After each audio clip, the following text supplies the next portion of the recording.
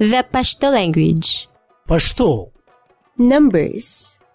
1 2 3 4 5 6 7 8 9 10. Greetings and phrases. سلام. سهار مو نیکمرغه. ورځ مو نیکمرغه. ماښام مو نیکمرغه. شپه مو نیکمرغه. الله مو ملشه. تر بیا لیدلو. هو هوکې.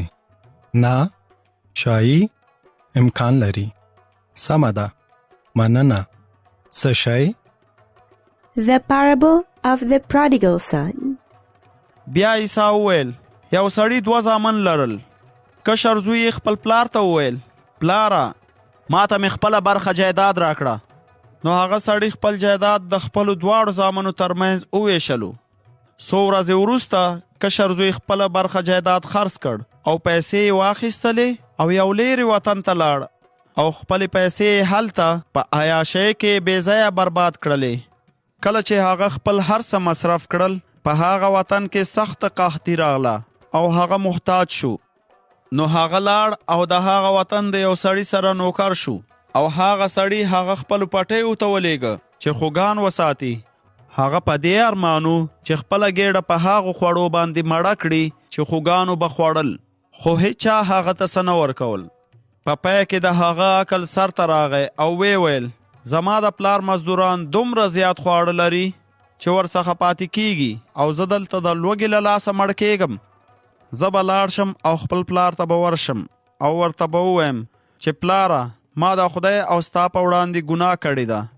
زه نور د دې وړ نه یم چې ته راته خپل زوی وایې. ما هم یو له خپلو مزدورانو څخه وشمېره. نو هغه پاسید او د خپل پلار کور ته روان شو. هغه لا کور ته نه ورسېدلی چې پلار یې هغه له لیرې ولیده. زړه یې ورباندې وسوځېده او په منډه منډه د خپل زوی خواته ورغی. هغه یې په غېږ کې ونیو او ښکلی کړ. زوی یې وویل پلاره ما د خدای او ستا په وړاندې ګناه کړې ده. زه نور د دې وړ نه یم چې ستا زوی وګڼل شم. خو پلار یې خپلو نوکرانو ته وویل ژر شئ تر ټولو ښه چپنه راوړئ او هغه ته یې واغوندئ. ګوته ورته په لاس کړئ او څپلۍ ورته په پښو کړئ. یو چاغ خوسکی راولئ او حلال کړئ او راځئ چې میله جوړه کړو او خوشحالي وکړو. ځکه چې زما دا زوی مړ شوی و او بیرته را ژوندی شوی دی. هغه ورک شوی و خو اوس پیدا شوی دی. نو هغوی جشن پیل کړ. خو د هغه مشر زوی په دې وخت کې په پټي کې و. کله چې راغی او کور ته رانږدې شو نو د ساز او نڅا اواز یې واورېد. نو یو نوکر یې راوغوښت او پوښتنه یې ورڅخه وکړه دا څه دي؟ نوکر ځواب ورکړ ستا ورور راغلی دی او پلار دې یو چاغ خوسکی حلال کړی دی ځکه چې هغه روغ رمټ بیرته راغلی دی. خو مشر ورور دومره په قهر شو چې نه یې غوښتل کور ته ننوځي.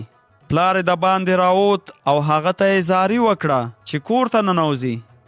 خو هغه خپل پلار ته په ځواب کې وویل کوره کلونه کلونه کیږي چې ما لکه د غلام په شان ستا خدمت کړی دی او هیڅ کله مې ستا د امر څخه سرغړونه نه ده کړې. خو ما ته یو سیرلی هم نه دی راکړی چې خپلو دوستانو ته مې میلمستیا ورکړې وای.